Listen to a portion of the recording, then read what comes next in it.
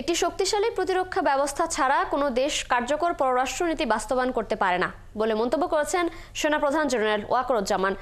রাতে foundation for strategic and development studies নামে গবেষণাধর্মী নতুন একটি প্রতিষ্ঠানের আত্মপ্রকাশ অনুষ্ঠানে এসব কথা বলেন তিনি। সেনাপ্রধান বলেন, এফএসডিএস এর এই উদ্যোগ গবেষণা ভিত্তিক ও সুপরিকল্পিত নীতি প্রণয়নে গুরুত্বপূর্ণ ভূমিকা রাখবে। শফিকুল হকের প্রতিবেদন।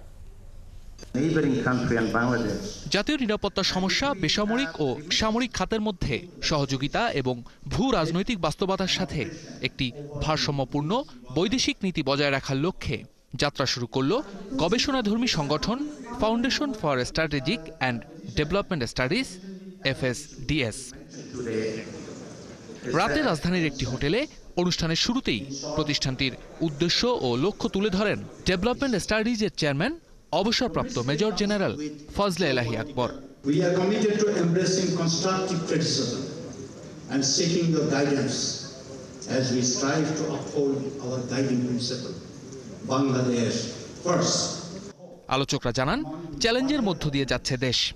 এমন অবস্থায় আগামীতে দেশ কিভাবে চলবে সেটি ভাববার সময় এখনই।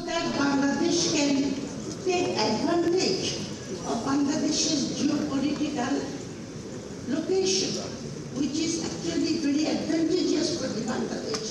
Bangladesh first, and contribute to make FSDS the most powerful powerhouse of policy recommendations and the catalyst for positive change in our nation. Should come together and do something on a cooperative basis. I think this is going to be a new development in the international arena.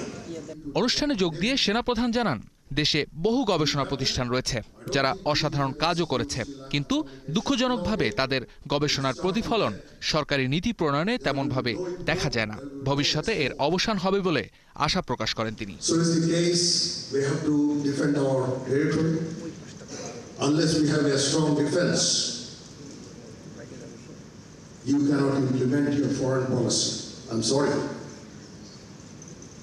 Unless having a strong defense, you cannot implement your foreign policy.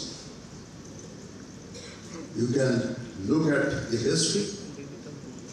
So that is why it is also, you should study, come up, suggest the government so that we can, as a whole, we can develop.